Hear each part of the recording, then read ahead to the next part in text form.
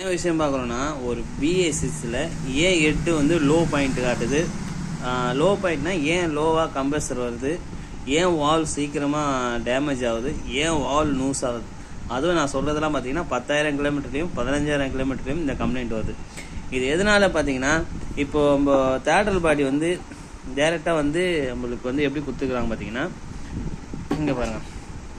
நான் ஒரு வீடியோவில் என்னோடய பழைய வீடியோலாம் பார்த்தீங்கன்னா உங்களுக்கு தெரியும். எப்பவுமே சொல்லுவோம், ஒரு சர்வீஸ் ஒர்க் பண்ணால் தேட்டல் பாடிலாம் கைட்டி க்ளீன் பண்ணி போடுங்கன்ட்டு.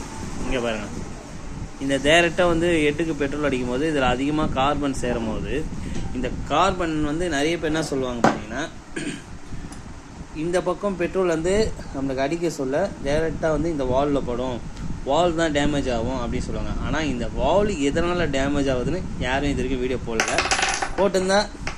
போட்டிருக்கலாம், சப்போஸ் தெரியல, ஆனால் இது வரைக்கும் நான் பார்க்கல. சரி, ஓகே, அதுக்குள்ளே போயிடலாம்.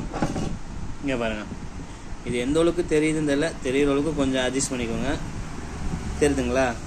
இதுக்குள்ளே தான் அது அதிகமாக வந்து இந்த கார்பன் கெப்பாசிட்டி சேரும். இந்த ஹெட்டு வந்து பார்த்தீங்களா, இங்கே பாருங்கள், தெரியுதா? இந்த கார்பன் கெப்பாசிட்டி வந்து இந்த சைடில் தான் சேரும். இந்த சைடில் சேரும்போது எவ்வளோ அழுக்கு வருது பாருங்கள்.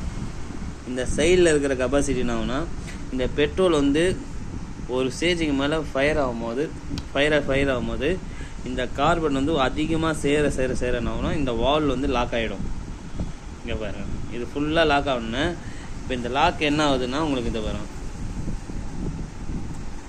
இதுலேயும் பார்த்தீங்கன்னா உங்களுக்கு எவ்வளோ கார்பன் சேருதுங்க. இந்த 2 கார்பனும் பெட்ரோலில் போய் கனெக்ட் ஆகும்போது இந்த பாருங்கள், இந்த பக்கம் வந்து நம்மளுக்கு வால் வந்து ஒரு செகண்ட் வந்து டைமிங் செயினில் போய் வரும்போது என்ன நடக்கும்னு பார்த்தீங்கன்னா, இந்த வரும், இந்த மாதிரி வால் போய் வரும்போது ஒரு கட்டத்துக்கு மேலே இந்த மொத்த கார்பனும் என்ன ஆகுதுன்னா, இந்த மொத்த கார்பனும் எங்கே போய் லாக் ஆகுதுன்னு பார்த்தீங்கன்னா, இந்த முனையில் தான் லாக் ஆகுது.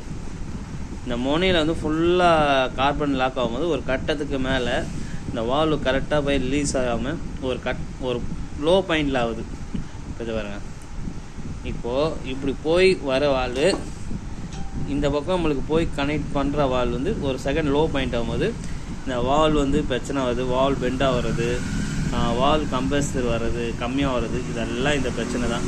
இதுக்கு என்ன இருக்குது அப்படின்னு பார்த்தீங்கன்னா, நான் சொன்ன மாதிரி தான், ஒரு சர்வீஸ் ஒர்க் பண்ணும் போதோ இந்த தேட்டல் பாடியெல்லாம் கைட்டி க்ளீன் பண்ணி இதெல்லாம் நல்லா வாஷ் பண்ணி போட்டிங்கன்னா இந்த ஓரளவுக்கு ப்ராப்ளத்தை கம்மி பண்ணலாம்.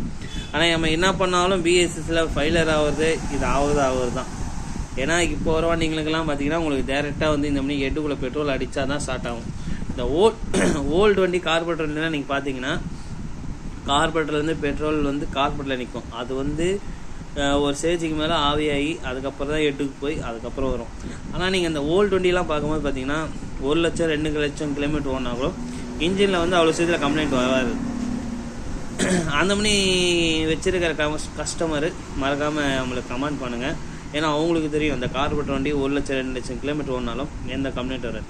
ஆனால் இந்த BA6 அதிகமாக உள்ளே வந்தோடனே இந்த பாருங்க, இதுவும் BA6, இந்த என்டவரும் BA6, இப்போ 3 BA6ல் நம்ம உட்காந்து இந்த ஃபால்ட்டு பார்க்குறோம்.